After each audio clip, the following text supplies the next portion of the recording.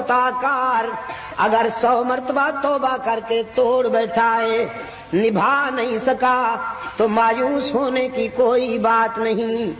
ایک مرتبہ پھر میرے در پہ آ کے دیکھ، جبین نیاز جھکا کے دیکھ، طلب کا دامن پھیلا کے دیکھ، ندامت کے اشک بہا کے دیکھ، میرے لطف و کرم کو آزما کے دیکھ۔ تیرے آنے میں دیر ہے، میرے راضی ہونے میں دیر نہیں ہوگی۔ نعرہ تکبیر، ختم نبوت، شان صحابہ، علماء دیوبند،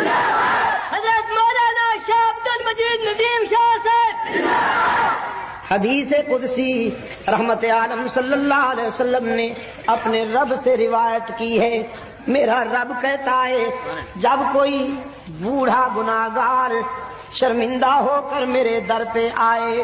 وہ بوڑھا جس نے ساری زندگی بغاوت میں گزار دی، جس کے نامہ اعمال میں ایک بھی سجدہ نہیں، ایک بھی رکوع نہیں، ایک بھی تسبیح نہیں،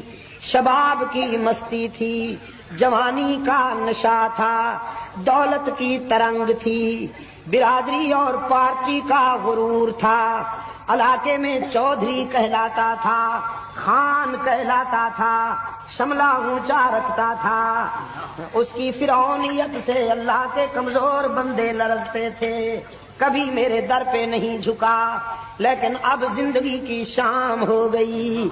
آنکھوں سے بینائی چلی گئی، زبان بولنے کے قابل نہ رہی، کان سننے سے باغی ہو گئے، بالوں میں چاندی اتر آئی، سر کانپنے لگا، کمر جھک گئی، معدہ کچھ ہضم نہیں کرتا،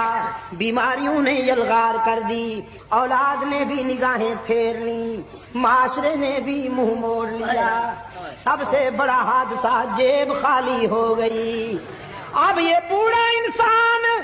ساری زندگی بغاوت میں گزارنے والا جب ساری کائنات سے مایوس ہوتا ہے تو پھر آنسو کی برسات میں میرے در پہ آتا ہے کہ تنگ دستی کے جو عالم میں گھبراتا ہوں، پر درے غیر پہ جاتے ہوئے شرماتا ہوں،